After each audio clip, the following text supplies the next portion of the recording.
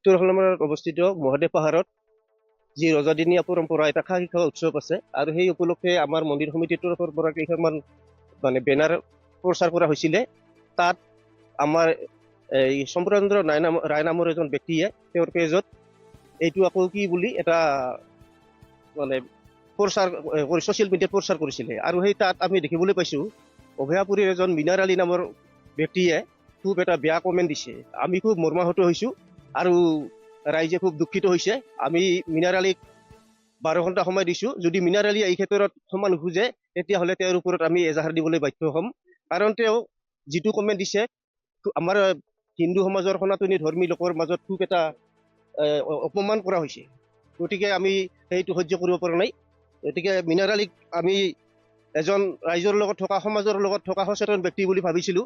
আজি গম পালোঁ যে মিনাৰ আলীৰ আচলতে কি স্বভাৱ, আজি গম পালোঁ তেওঁৰ মনৰ ভাৱ কি। গতিকে মিনাৰ আলীক আমি 12 ঘণ্টা সময় দিছোঁ। যদি 12 ঘণ্টা সময়ৰ ভিতৰত তেওঁ ক্ষমা নোখোজে তেতিয়াহ'লে তেওঁক আমি এজাহাৰ দিবলৈ বাধ্য হ'ম। তেওঁ কমেণ্ট দিছিলে লাহে লাহে গোবৰৰ উৎসৱ গৌমূত্ৰৰ উৎসৱৰ আৱিৰ্ভাৱ হোৱাৰ সম্ভাৱনাও নথকা নহয়। হয়, এইটো ৰজাদিনীয়া পৰম্পৰা। আজি ইমান বছৰকে বছৰ এইটো চলি আহিছে। ৰাণী ঐশ্বৰীৰ দিনৰ পৰাই এইটো চলি আহিছে আৰু এইটো নজনাটো খুব দুৰ্ভাগ্যজনক কথা। হয় হয়, তেওঁলোকে এইটো ইটিকিং কৰিছে।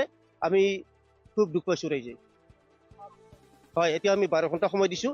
যদি 12 ঘণ্টা সময়ৰ আগত তেওঁ ক্ষমা নোখোজে তেতিয়াহ'লে আমি উত্তৰ হালমাৰা গাঁওবাসীয়ে তেওঁৰ ওপৰত এজাহাৰ দিবলৈ বাধ্য হ'ম।